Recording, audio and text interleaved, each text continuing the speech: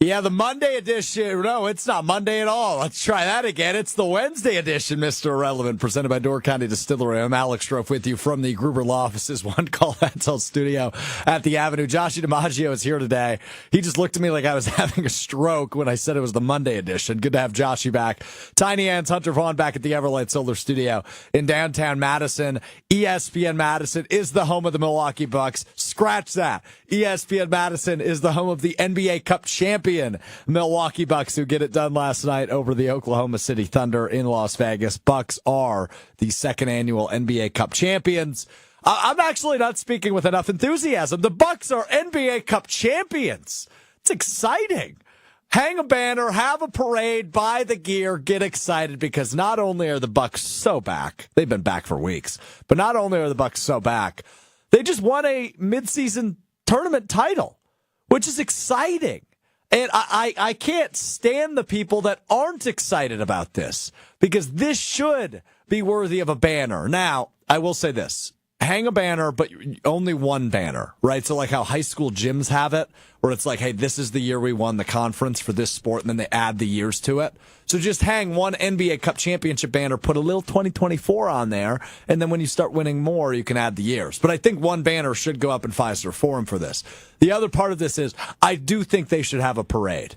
Not quite to the level of what they had in 2021, but like a little Deer District celebration later in the week. I think this is worth celebrating. It's impressive to do this. I think you have to win, 7 games in order to win it all? The Bucks went 7-0. That's exciting. I'm all for it. It's 7-0 or 6-0? It's 7-0, right? Because 3 rounds of tournament play and 4, so 7 games. They went 7-0. That's an accomplishment. So we need to stop acting like it's not. Joshy, I know you are a poo-pooer when it comes to the NBA Cup. Why are you so anti-fun? I think it suffers from its construction. If they took off regular season and did a almost like bubble-like tournament where they got everyone together, played it all in one fell swoop, and it kind of raised the intensity. Playing regular season games in between NBA Cup games and other people not play, it's just weird. It's hard to follow unless you're super locked in.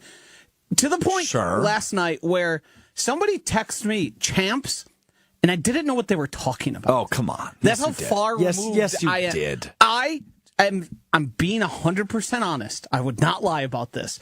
I had to think about what the hell champs would mean in a text message. Sure, it's fun. It's a good sign to come. But if you don't win an NBA title, everyone's going to be, hope you have fun with your NBA Cup, your meaningless midseason trophy. Hope you enjoyed it. Like, there's no stakes either besides the personal enrichment of already extremely rich people. If there was automatic bid into the playoffs, if there was a draft compensation, if there was anything that benefited the fan base and the people watching and consuming, other than we now have an NBA Cup that barely looks like a cup. That barely looks like a cup. Except it's literally just like a cup inside of it. It's literally a cup, isn't it? Yeah. If you weren't paying attention and you just glanced at it, you'd be like, well, that's just like half a basketball. It's almost like that's what a cup is. So your point here, your fight is that actually looks like a cup, and people normally drink out of something that looks like that. That's your take. Out of all I had to say, yes, it actually looks like a cup to me, and I might find this in my cupboard while I'm drinking a beer. That's what you're saying? No, my real argument was going to be that the two-way player for the Bucks, with his $500,000 winning, was going to be able to buy a house in Iowa, and Giannis was excited about that. So they got their teammate a house. For him. So there's that too. I'm happy for him. That is nice, and I do appreciate Giannis saying that. Giannis is also the guy who's almost seemingly always going to say the right thing. Yeah, that's true. Which I'm proud of him. Did you see the whole debacle over him saying job is done, but also saying job's not done? Did you see this debacle on the internet? Did he actually ever say job's done? Yes, because ESPN put it out there, and the quote I heard is job's not done. So he said in the tunnel, job's done. But he said on the stage, jobs. He said both of them. Gotcha. And people were very upset. Yes. Because as I alluded to, win a title or it's fancy pants Well, it's a mid-season title, so obviously it is not to the level of the Larry O'Brien. It is not to the level of winning it all. That is not the case I'm making. What comparable trophy would this be to? Like to European soccer? No. I mean, they have the mid-season tournaments. Yes, it is. They that's where this idea came from. That's what it's comparable to. But the people there care about it. Right. But did people care about the first Super Bowl? I don't think they did. And I'm not by any means. I'm realizing the trap I'm setting myself up for. So that means it doesn't count. First one doesn't count. Didn't care about it. I mean, I didn't even have to trick you into that one. No, I realize the trap I'm setting myself up for. The point I'm making, though, is that I think history, as this thing continues to gain some steam and evolve, is more people will care about it in the coming years. I understand it does not have all the glitz and glamour from a fan aspect as the regular title does, or the Super Bowl does, or right stuff like that. But I think it is comparable to like winning the regular season conference title in college basketball. That's what I would allude to it. I'd say that's even more of an accomplishment, because that is right. That's a season-long accomplishment. But what really matters in college basketball is winning the conference tournament, especially for like mid-majors. So here's just an example I'll give you. If Milwaukee, the Panthers, led by head coach Bart Lundy, who I went and saw on Sunday morning at Fiserv Forum, beat Akron, 26 turnovers, 100 points. Still don't know how that happened.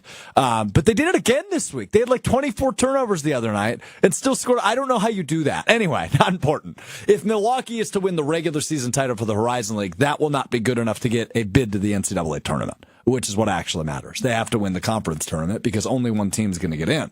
So that is probably the best comparison we have in American athletics. So it is akin to a mid-major winning their conference title, but not the conference championship. You asked me for a comparison. That doesn't have stakes. Gotcha. Okay, it's comparable to getting named to the All-Star game in the MLB. Whew. All right. Don't know if you've made me care more. I'm not even really anti this. I think it's fun. In general, it's a good idea. What they should do is expand the actual tournament portion of it and have more games, and those be the only games you watch for 2 weeks. You know, actually have the stakes part needs to be figured out. I'm happy for the two-way player. Think it's great. Happy he can get himself a home. But Dame's donating all of his money, which good for him. Very nice. Yep. But this guy doesn't need that. So I guess my question is, and we asked this question yesterday on KBN, but now that it's done, I want to know what everybody's feeling. Do you want the Milwaukee Bucks to hang a banner for this? Right. I jokingly say the parade thing. They're not going to have a parade. I might have a self parade. I might walk from here to Fiserv Forum and record myself with some pop-it banners or something, some confetti poppers. But I don't think Giannis is going to be on top of a fire truck in the middle of December celebrating a midseason cup. I don't think that will be the case. But I do think they should hang a banner. I do think that this is worth celebrating. I think this is an accomplishment to win 7 games in a row where every team is giving their best effort due to the circumstances for the players. I think it's important to acknowledge. So, yes, I am pro banner. Shoot, I'd even be pro parade. I just don't see that happening. The incredible stat that came out of last night is Darvin Ham, who was last year the head coach of the Lakers, now this year back as an assistant in Milwaukee, has never lost an NBA Cup game. He is 14-0 in NBA Cup related games. Isn't that kind of a fascinating stat? Nope. I mean, you asked me a question, I answered honestly. Not real impressed with that. Nope, sure ain't. The real impressive thing here, if we're going to be honest, is the way that the Bucks started the season. And the fact that they were playing so well, and they played so well against a really good OKC team. That's what I'm impressed with, is they actually look like one of the best teams in the East now. And I was really happy that they weren't popping champagne and they're not treating this was the culmination of their season. I'm glad they treated it last night after winning. Giannis is having fun, dancing around. He's got his trophies, and they're on to the Cavs on Friday, I think is their next game. That's what they should be doing. Yeah, I agree with everything you said there. I also think for the Bucks specifically, it's probably bigger to them than it would be to most teams because of the start. So seeing we can do some version of this is encouraging, that we're good enough and we're better than we played for much of the season. That's really the only takeaway I have from it. But begs the question, is the NBA Cup the only title Dame and Giannis are going to win together? I sure hope not. And to your point, this is an encouraging sign, hopefully, of things to come. Because as we've alluded to a few times, that start was rough. They were 2-8 through the first 10 games. Like that's not good. And luckily they had a nice stretch of the schedule where it was like, okay, if they're going to turn it around, here's your opportunity to. And they won like 11 of 12, and they turned this thing right around. NBA Cup games prior to the tournament play, the knockout stages, they were winning and winning handedly. That Magic game kind of came down to the wire, which they had earlier in the season. The Thunder are a really good team, and they held them to, what was it, like 36 points in the second half defensively. So clearly, defensively, this team is getting better.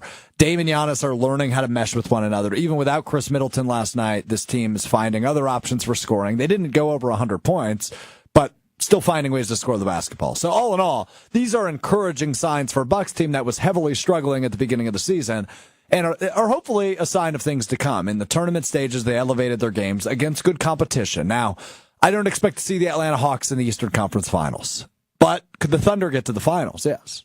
That's a team they could see down the road. So, all in all, will this be the only title Dame and Giannis win together?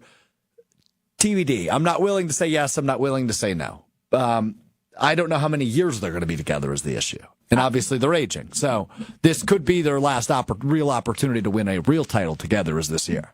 I think if you hang up an NBA Cup banner, you run the risk of becoming the laughingstock like the Colts did for AFC finalist. AFC champion, like finalist. Yes, that infamous one that they've, I believe, now removed. I believe so too. Yes, because I saw the guys from Pardon My Take with it. They got bullied out of it. Yeah, I think you run a risk of that because if your season dissolves, hey, if you want to hang a banner after you hang another one, I'll let it. I'll. So what you're saying is the banner that you want them to hang is 24-25 NBA champions, NBA Cup champions, same banner.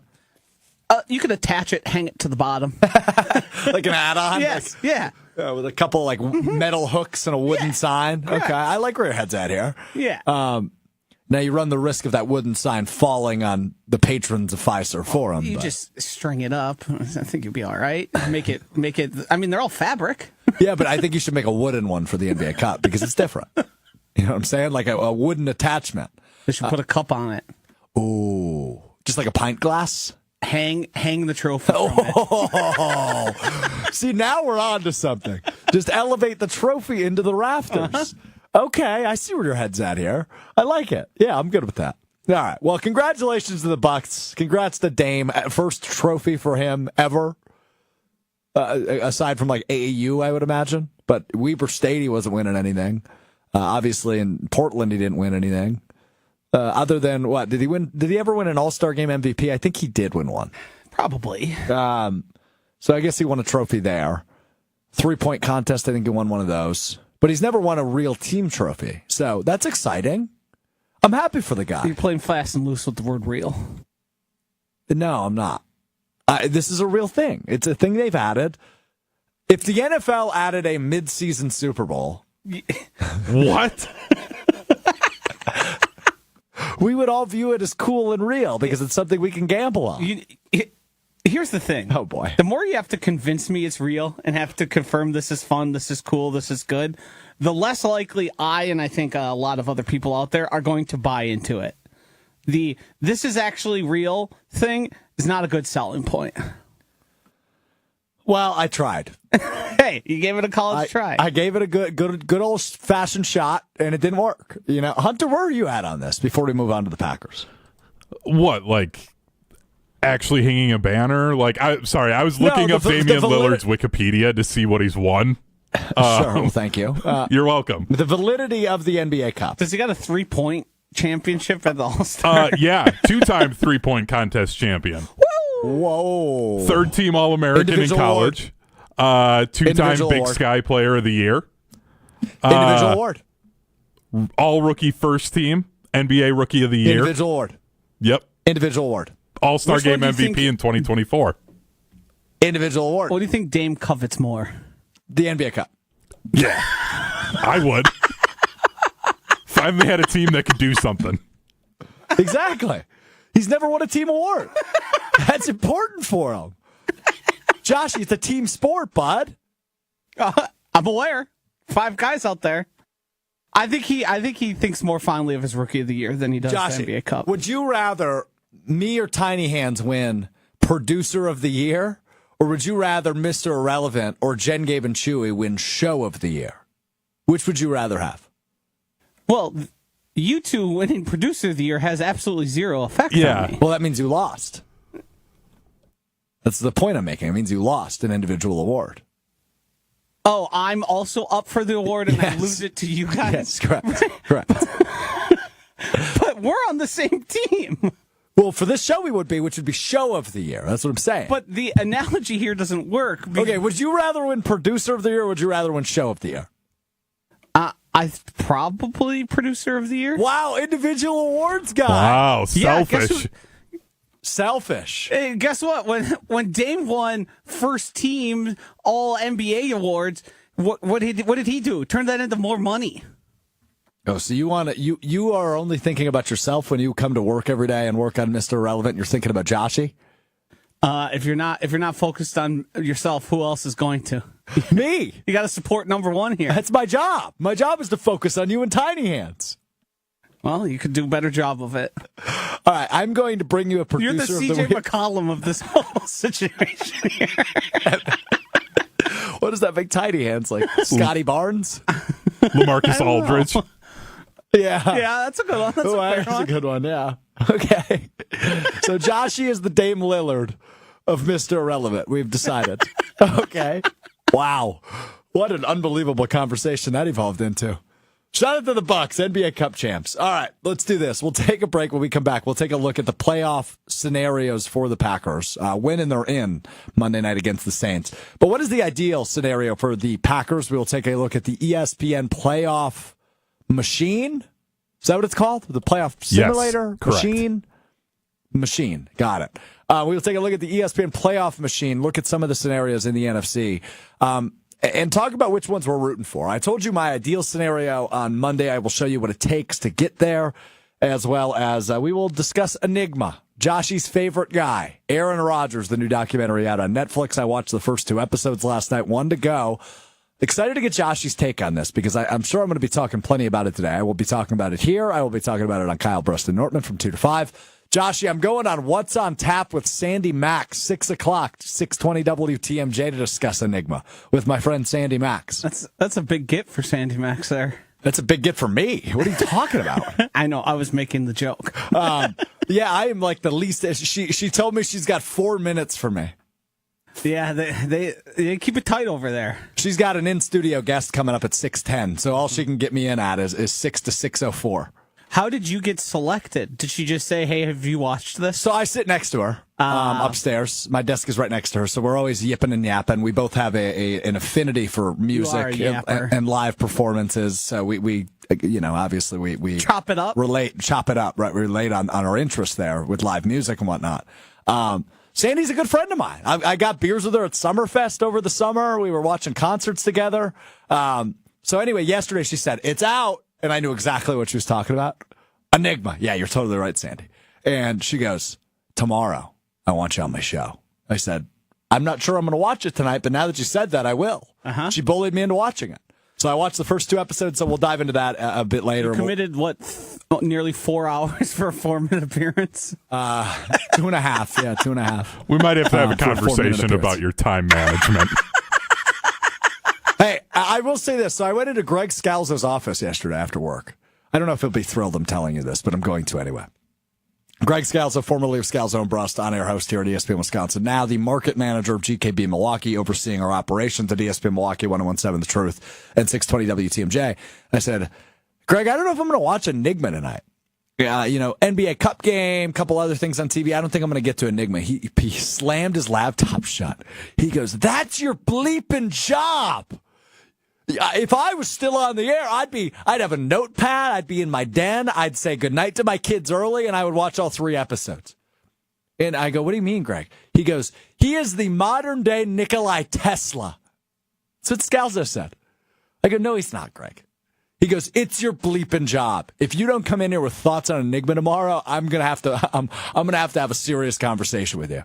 And I think he was being serious, Joshy. I think he was. Yeah.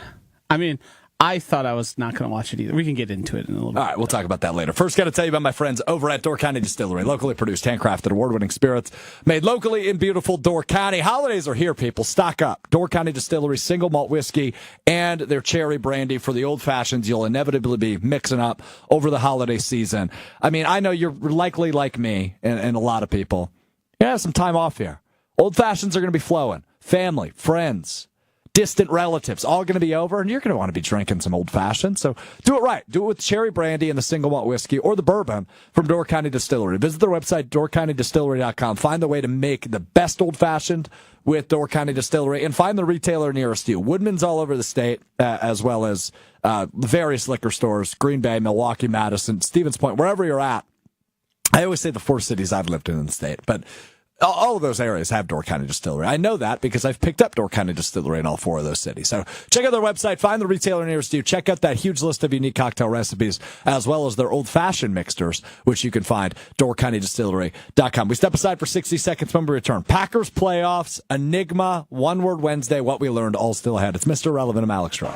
Back at Door County Distillery, the New Year's coming up, so we're going to celebrate in style, making the final countdown with our buddy Rob from Door County Distillery. Rob, happy early New Year. Yeah, happy early New Year's to you too. Do you have any resolutions coming up? I've got many, but we shouldn't get into those now. We only have 60 seconds. We've got the 20 at least time award-winning single malt whiskey headlining this lineup. How do we make the final countdown? All right, so you start with, as you said, the award-winning whiskey, single malt, 2.5 ounces of that, half an ounce of grenadine, half an ounce of simple syrup, 3/4 of an ounce of lime juice. Stir.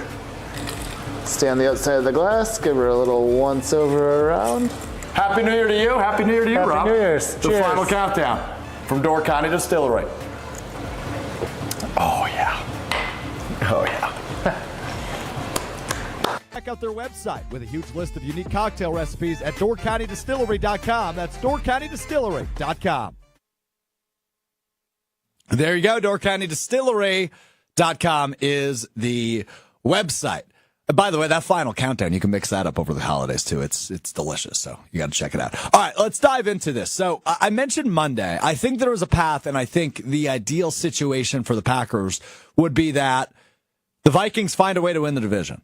And they can still do that with the Packers beating them in Week 17. So the Vikings could go 2-1 over their last 3, but that would obviously be contingent on the Lions going 1-2. They play the 49ers next week, Week 17, the week the Packers play the Vikings. That could be a game where the Niners are like, oh, we're still alive. We really need to win. Lions are beat up. They're in San Francisco. That could be a game that the Niners find a way to win. And then it comes down to that Week 18 matchup between Minnesota and Detroit, with them both losing in Week 17. The winner of that game would take the division. And likely in that scenario, then, Philadelphia finds a way to win the 1 seed. Their schedule isn't too terribly tough over the course of the final 3 games for Philadelphia. It's Washington this week, which, of course, is a tough matchup. Week 17 against the Cowboys, and then their final game is against the Giants. So just divisional games remaining for the Eagles. If they go at least 2-1 there, I think they get the 1 seed, unless the Lions find a way to go 3-0. But I think there's a realistic scenario where the Lions go 1-2, which means 1-3 over their final 4. The Vikings go 3-1 over their final 4. Leapfrog the Lions for the number 2 seed in the division, and then it shakes out in some capacity. Philadelphia 1, Minnesota 2, the West and South winners 3 and 4, and those are reversible. Detroit gets the 5 seed, Green Bay gets the 6 seed, and then maybe Washington probably gets that 7 seed. And then I think in that scenario, Washington has a good offense. They could go to Minnesota and not, complete the upset. Green Bay could go to Tampa Bay, Los Angeles, Atlanta, or Seattle, one of those 4 teams. I think they would beat all those teams on the road. Same with Detroit, whichever of the ones that the Green Bay doesn't play. Detroit would get that team on the road. I think all 3 wild cards realistically could win on the road wild card weekend, and that sets up Washington at Philadelphia and then Green Bay at Detroit in the divisional round, double divisional round in the NFC. And I don't know, man. I saw a graphic today. Packers only have 5 players on IR, which is tied for the second lowest in the league. The Bills only have 3, or third lowest in the league. So in terms of players on IR, Bills have 3. Packers and Vikings tied for third lowest with 5. Detroit far and away number 1. 22 players on injured reserve for Detroit.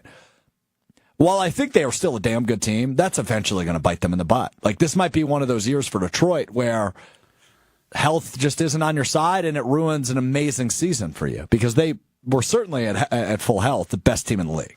I think it's over for them. You do? I think they can win some games. They can be frisky. They're losing backups to backups. Correct. I think there is a breaking point, and they've sustained very, very, very well with the amount of injuries they sustained recently.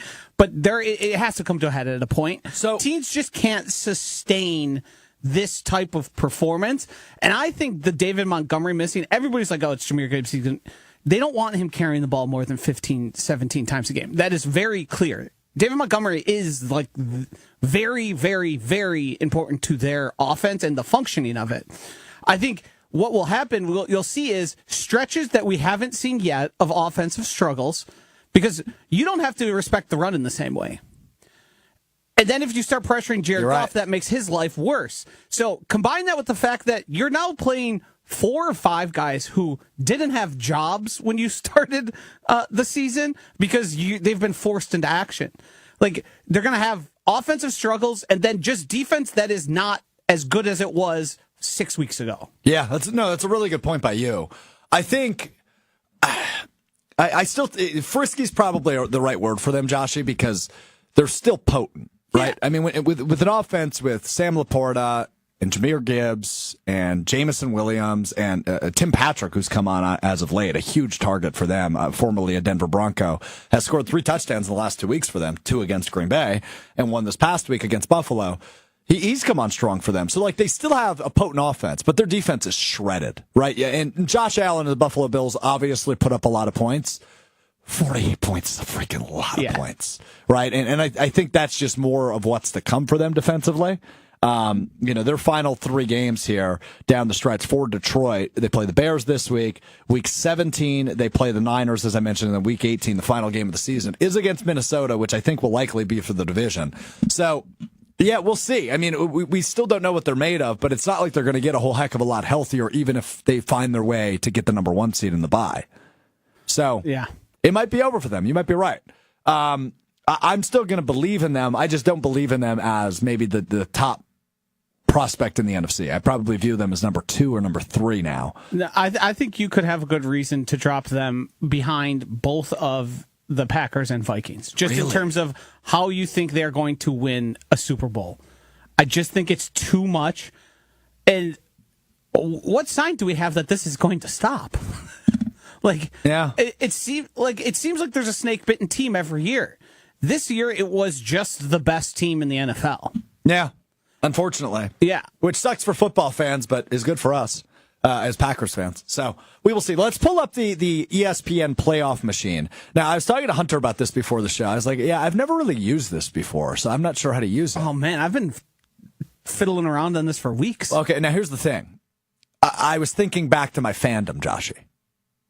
I've just teams that are worried about their scenarios of how they need to get into the playoffs is who uses this. So Hunter's like, yeah, I've used this my entire life because the Cowboys are always 8-8. Yeah, exactly. I don't know how many years in a row I was staying up at night trying to figure out the scenarios of what's the best way for the Cowboys to get in and still lose that week 17 game because Tony Romo will inevitably throw 3 interceptions.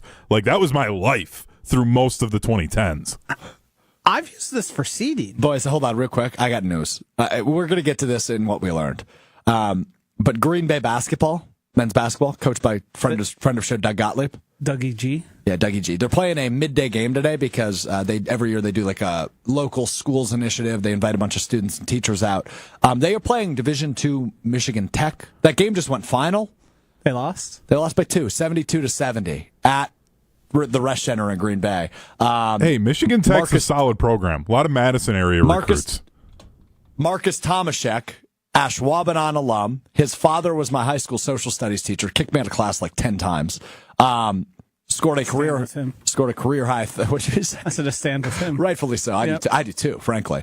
Just scored a career high 30 points in his hometown, and led Michigan Tech to a 72-70 win. That is 8 losses in a row for Green Bay and the Fighting Phoenix. And head coach Doug Gottlieb, friend of show.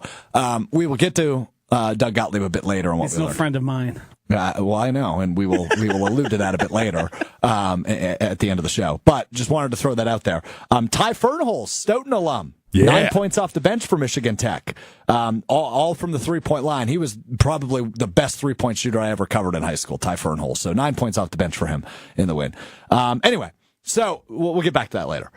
Playoff machine. Let's take a look at it. So I've picked all the games through Week 18. I don't even really want to pay attention to the AFC. I just think this is the way it's going to play out. 1 seed Kansas City, which I could very well see flip to Buffalo, because, I mean, you look at the Chiefs' schedule down the stretch here. They have all playoff teams pretty much.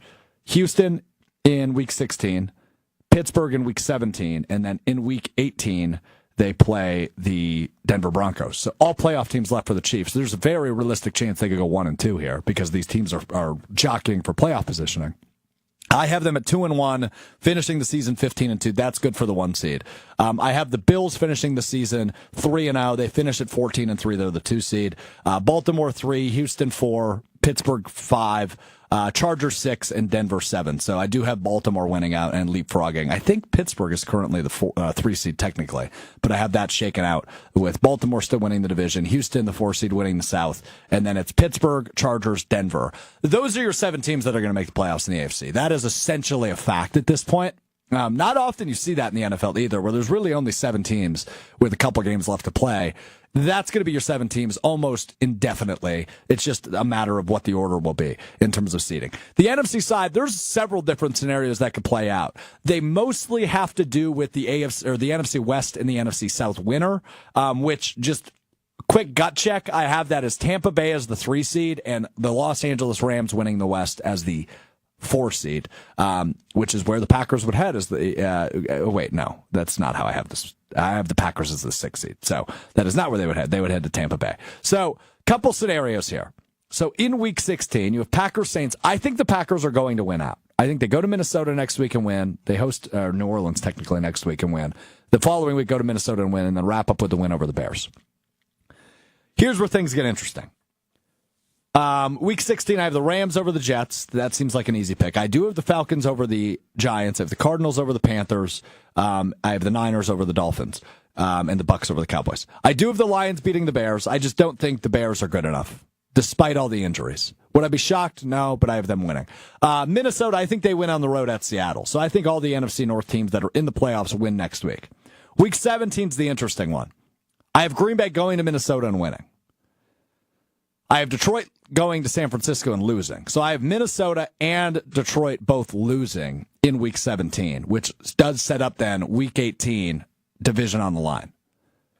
I think the Packers beat the Bears, and I think Minnesota goes to Detroit and wins. And they leapfrog then Detroit. So it becomes 2 seed Minnesota, 3 seed Tampa, 4 seed Rams, 5 seed Detroit, 6 seed Green Bay. So Green Bay in that scenario would go to Tampa, which I don't love. That's the matchup I dislike the most. And then Detroit going to the Rams. The thing with Tampa is that's a good offense, man, and they can put up points. Now, the good news is for the Packers, they put up 30 points each of the last 3 weeks. They can put up points too. And that defense seems like it's trending in the right direction and maybe even peaking at the right time. As Edgerrin Cooper, by the way, earlier today, wins his 2nd Defensive Player of the Week award. This season in his rookie year. He is the first Packers defensive player to win Defensive Player of the Week twice in the same year since, Josh, do you know the answer to this trivia question? Yeah, I saw the tweet. Clay Matthews in 2010, which, by the way, Josh, you just trigger my memory for a moment. What happened in 2010? Super stinking bowl. And what seed were the Packers? 6. That's correct. What seed are the Packers likely going to be this year? According to your calculations, the 6th. Interesting concept. 96 to 2010. How many years is that?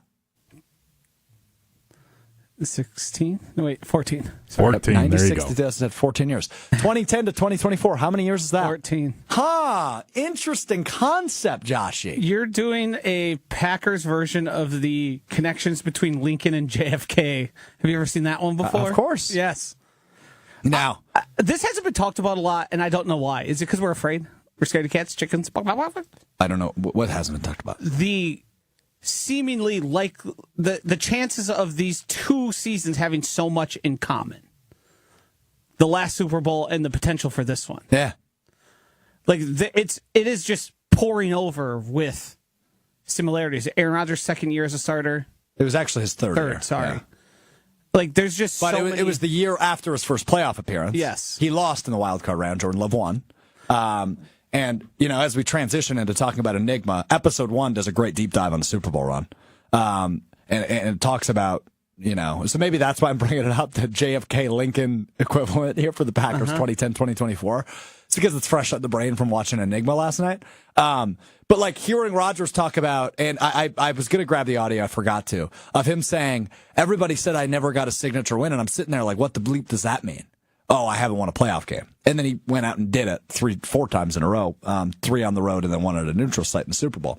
Now, the thing that gives me hope, I still haven't talked myself out of the fact the Packers could win the Super Bowl. It's just going to be difficult. Going on the road and winning, which, by the way, the Packers have been pretty darn good on the road this year. I don't think they've lost a true road game. The only technical road loss was in Brazil. And at Detroit last week. They lost to Detroit. Yeah. Not going to happen a third time, though. No chance. So, all in all, I like where the Packers are at, man. They're trending in the right direction. You weren't here on Monday when we unpacked Sunday Night Football at all, so I guess I haven't really talked to you about that game.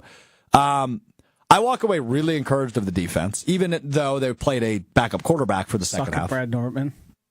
Yeah, suck at Brad Nortman. I'm totally with you on that. Brad Nortman telling us it's the same old defense. No, it's not. No. Edgerrin Cooper is an absolute superstar.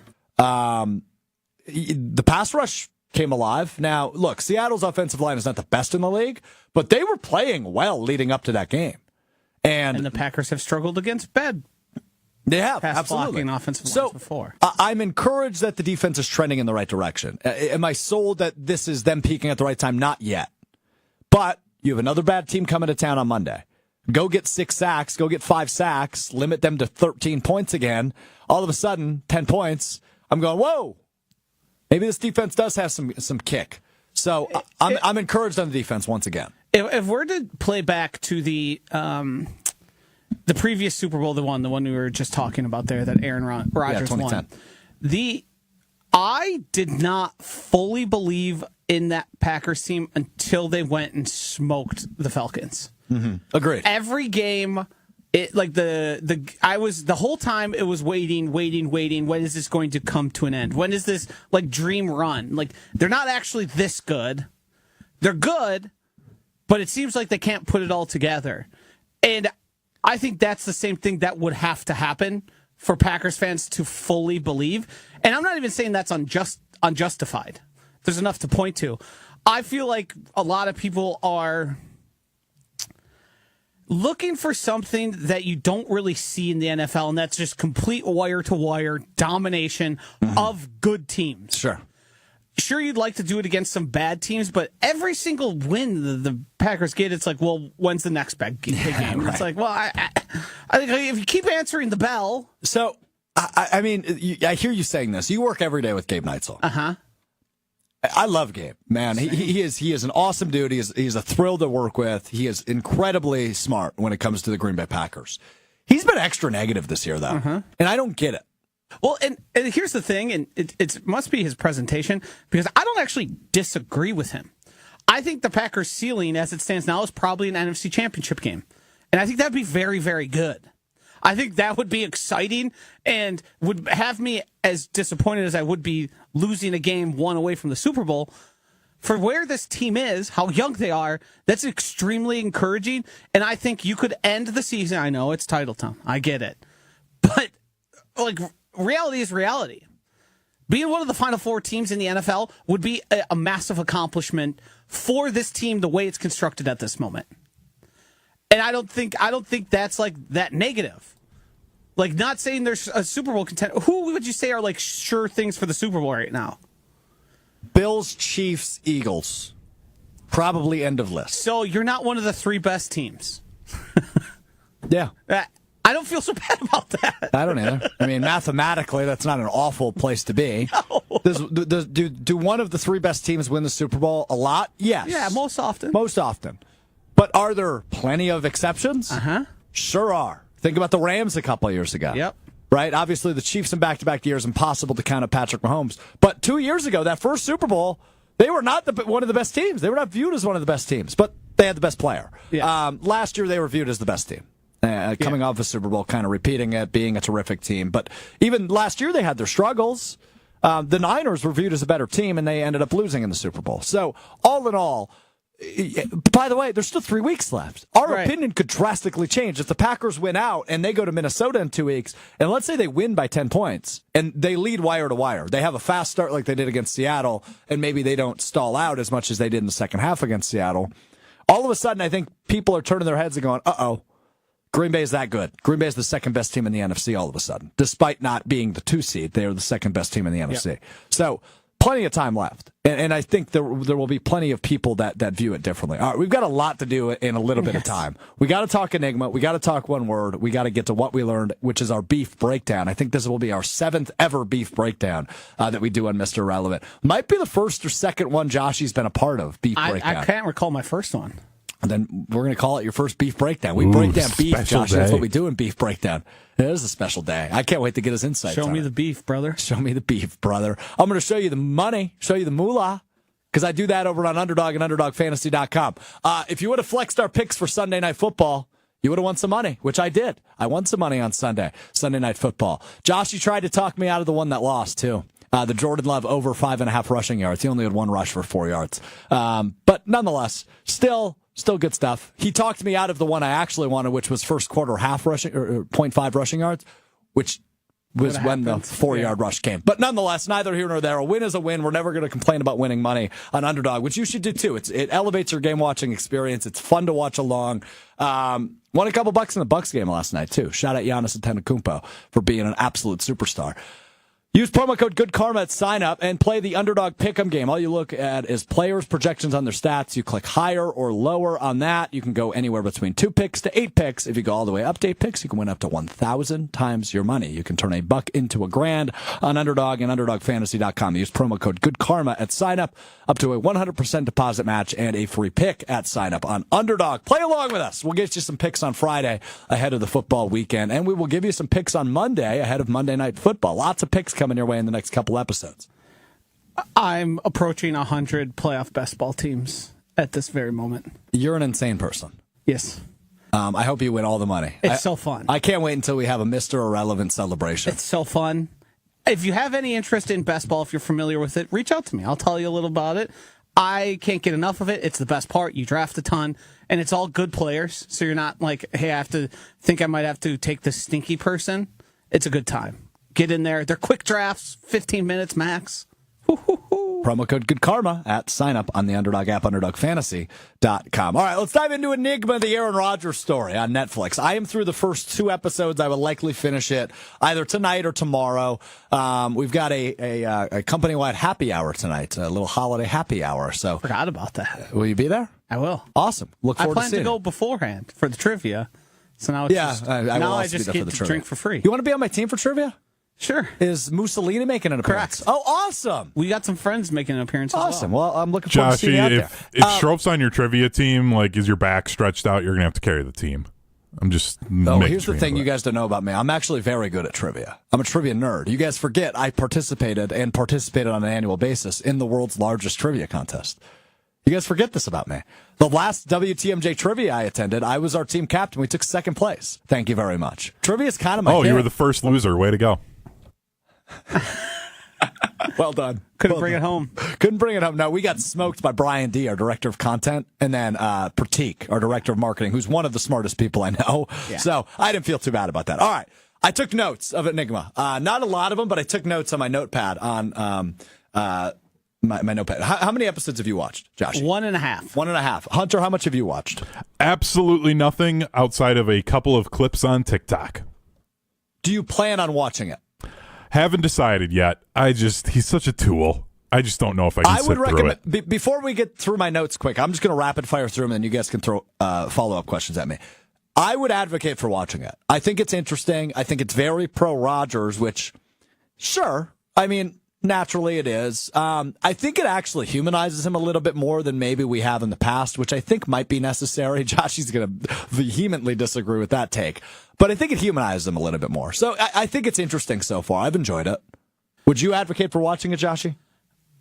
If you're somebody who has reached their limit on Aaron Rodgers, I would say no.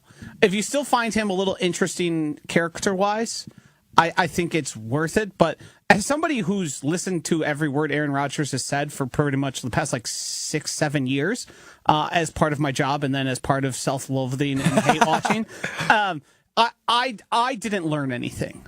And I haven't yet. And from what I can tell, I'm not going to. That's fair. Now, I know episode 3 is when our buddy Jason Wilde is name dropped, so I'm looking forward to watching that. It's kind of a shock. Actually, I kind of need to watch that tonight because Wilde and I record Weekly Wilde every Thursday at 8 a.m., so I definitely need to watch episode 3 tonight so I can bring it up with him. But anyway, so I have 5 notes for each episode I've watched, episode 1 and episode 2. I'll just rapid fire through them, and you guys can ask follow-up questions. So episode 1, my very first note and my takeaway, which was about 10 minutes in, was I just wrote identity crisis.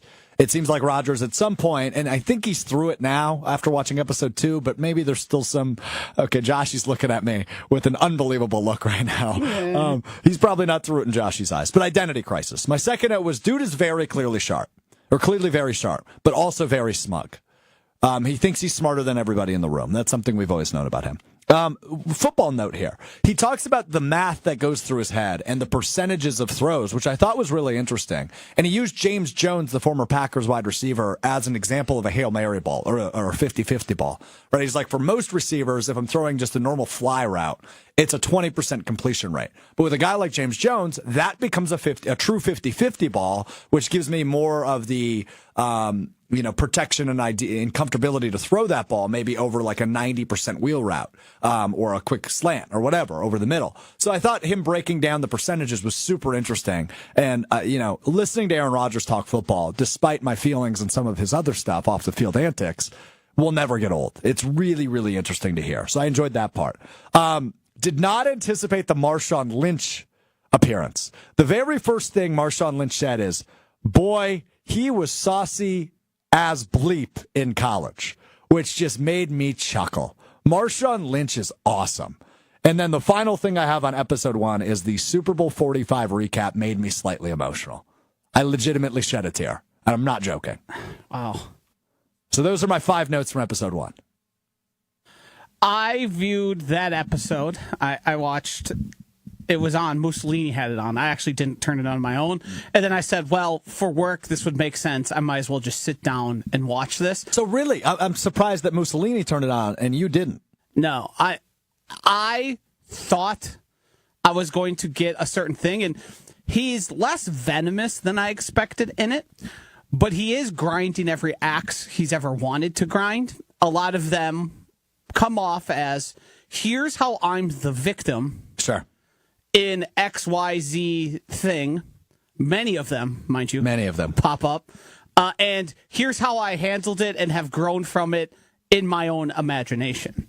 My big problem with all of these things, even The Last Dance, is whenever you involve the subject to get the rights to their life in this way, you are then implicitly giving them rights to what is told about them and how everything is framed. So everything is told only from Aaron Rodgers' perspective. There are no competing narratives. There is nobody who would check Aaron on some of the things he said. I think he's very much still in the throes of an identity crisis, and I don't think he's ever going to find what he's looking for, because what I think what he's looking for doesn't exist in terms of like meaning of life. And the smug thing you said is, I had an overwhelming feeling of deep-seated, vicious contempt for virtually everyone. Yeah. He views everybody as lesser than enemy, him, yeah, and less worthy of hearing their opinions or caring about their feelings. Yeah, I think that's fair. I think that's a fair way to look at it. It's like a very deep-seated thing he seems to not be able to avoid. Yeah, and I guess that goes back to your identity crisis thing. Now, the thing I will show respect to is the ayahuasca and stuff like that, strange to me, something I wouldn't consider to do, but it seems that it's actually been healthy for him and helped his mental state. I think you could say that. You don't. Obviously, that gets into pretty deep things there. I think he thinks he's found an answer, and he says the right thing about it, but his actions don't bear out.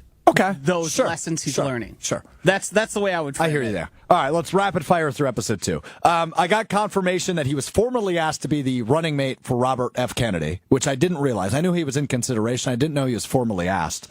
So that was interesting. It was during his 9th ceremony of what he refers to as Aya that the news broke on that. Yeah, he doesn't refer to it as ayahuasca. He refers to it as Aya, which I thought was really strange. He talks about his brother on The Bachelorette. And how he thought it was ridiculous that a reality TV show portrayed him in a negative light. I get where he's coming from, but also it's reality TV. What do you expect? Quote, first of all, I am sensitive. I am human. End quote. Endearing. We know. But yes, we know. And then last thing I said was fully forgot about him photobombing captain's photos when he was a Packer. I completely forgot about that era. I find it very interesting. You basically picked up nuggets. They were just kind of auxiliary things happening. Whereas, the grand, large, sweeping, you didn't have a note on his familial relationship really at all, which is the most fascinating thing about Aaron Rodgers and kind of his villain arc. He's finally talking about it, but I didn't like that the documentary didn't have any of his family members in it. Well, because you know why. He told them not to. Yes. Right. And that's where I'm like, okay, this is a pro Aaron Rodgers piece. I'm going to hear it from his perspective. I'll hear it out from his perspective because he is a very important figure in my life, right? He was the quarterback of my favorite football team for 15 years. I got the feeling labeling him as an important figure in your life is a bold take. I mean, this was my take. It's this second longest relationship I have in my family, which also applies to Strouf. There's my family members, and then Aaron Rodgers was the most consistent person around. But there was nothing reciprocal. You were watching the guy perform. No. I understand enjoying athletes, but come on. You need a healthier relationship with the athletes you're watching if you label that at all as a relationship. That's all I'm saying. It's fair. It's for effect. I get it at least. Maybe Strouf doesn't. Well, we will wrap up thoughts on Enigma on Friday because I'm going to finish it tonight. But that's what I have right now, and then we can do a deeper dive. We can do maybe even a special podcast strictly on Enigma. But we got to get to One Word Wednesday, and we got to get to what we learned, and we are running absolutely late. So let's do a rapid-fire edition, One Word Wednesday, as we head into Week 16 in the NFL. Hunter, go ahead.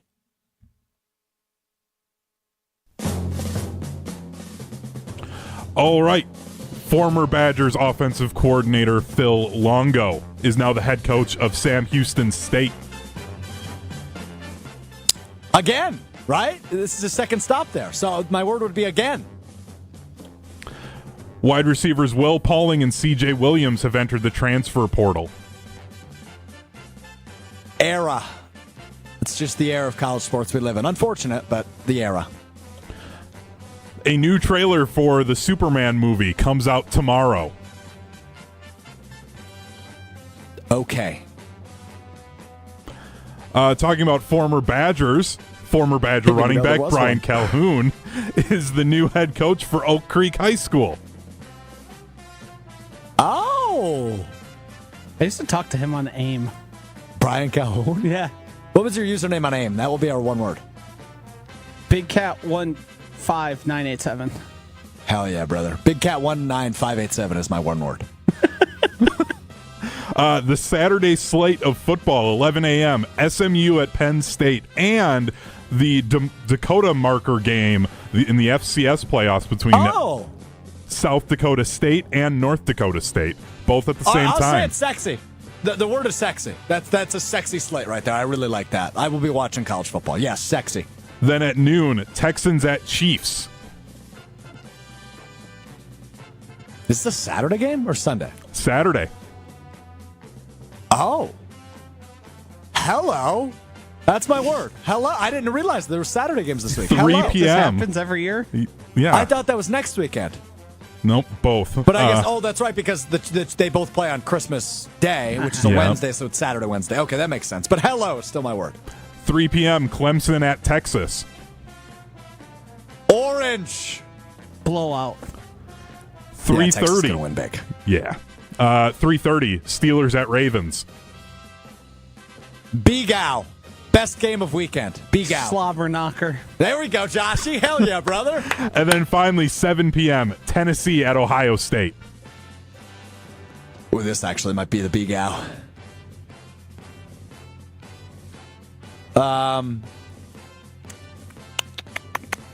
Tennessean. Why don't you just go Vols? Vols. Yeah. I'm rooting for the Vols. That's my point. There you go. That's one word. Yeah, that's right. College football playoff starts this weekend. Couple of Saturday NFL games. Oh, baby. Despite no Packers this weekend, actually, that might be a good thing. I get to watch everything else, and then it's only the Packers on Monday. That's actually kind of BCS, best case scenario. I love that.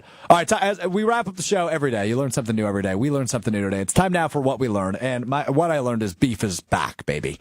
This is Beef Breakdown number 7 on Mr. Irrelevant. Our Beef Breakdown is Green Bay head coach Doug Gottlieb, who has now lost 8 in a row, including to a Division II game or team today. Doug Gottlieb versus ESPN NFL insider Adam Schefter. So this all started when Schefter reported on Twitter earlier in the week that Michael Vick was being considered for the head coaching job at Sacramento State. Now, Michael Vick has now accepted a job elsewhere, Norfolk State, if I'm not mistaken. And Schefter goes on to tweet and explain that Sacramento State has reached their fundraising goal of $50 million in NIL. And Doug Gottlieb tweets at him, Jesus, Shefty, edit what agents tell you. 0.0% chance Sac State has $50 million in NIL. Schefter goes on to explain that leading this conference is leading NIL efforts. They've announced this, and it is in hopes that they can get essentially promoted to a bigger conference down the line. Schefter then doesn't hold back. He says this as a follow-up to that second tweet. He says, Jesus, Doug. And a 7-game losing streak, which is now an 8-game losing streak. And last place in the Horizon League, less time on social media and more time in the gym.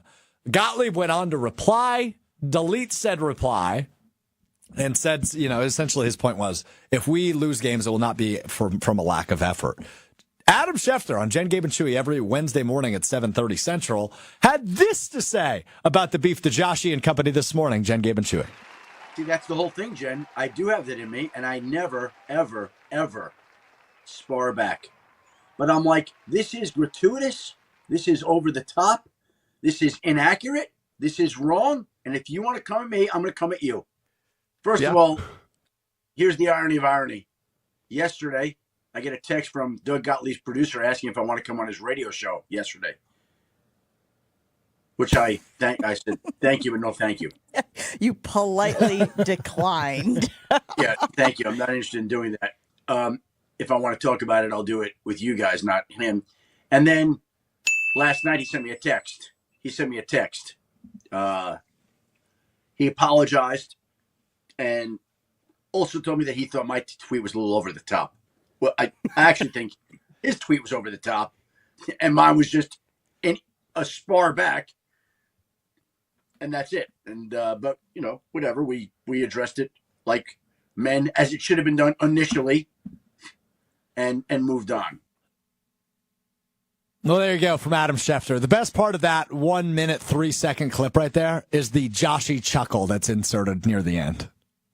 When he's talking about how Doug texted him. So, less time on the court, more time, or less time on social media, more time on the court, and then he gets asked to go on his radio show is unbelievably great irony. So Shefty 3, Gottlieb 0? Yeah. Is the final scorecard of this beef breakdown? Yeah, I mean, it's very funny and extremely radio host to come from somebody's credibility in their job when and the then whole ask them to come on the is, show. and then we'll ask them to come on the show and go like, I think you went a little too far. And it's like, well, you questioned my entire profession. Yeah, in front of the masses. Yes, you questioned my integrity. Yes. And, to which Shefty went on to say, like, I have confirmation from the president of the school, the person who holds the money. Yeah, like.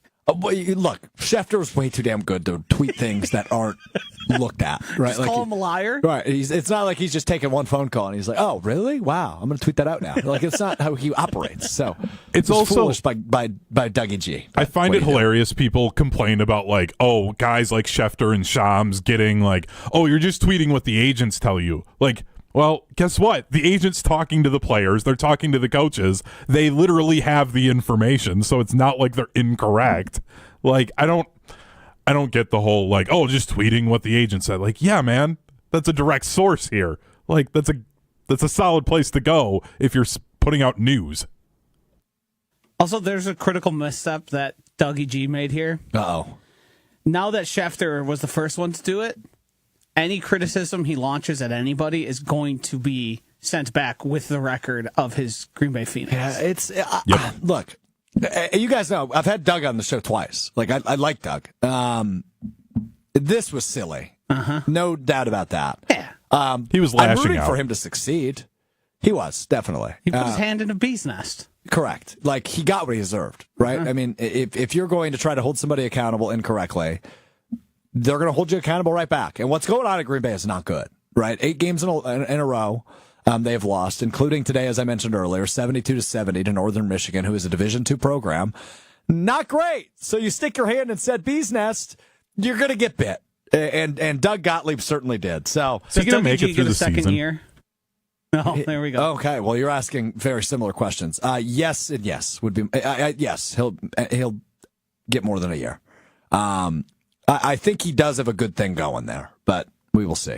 All right, that does it for us today. We're back with you Friday beginning at 12:30 Central, ESPN Milwaukee, ESPN Madison, on YouTube, Apple Podcasts, Spotify, Wisconsin On Demand, wherever you get your podcasts.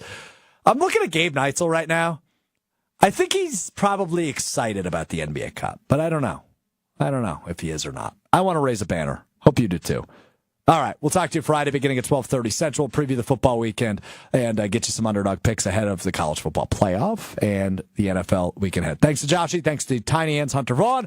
I'm Alex Strouf. It's been Mr. Relevant, presented by Door County Distillery. Peace.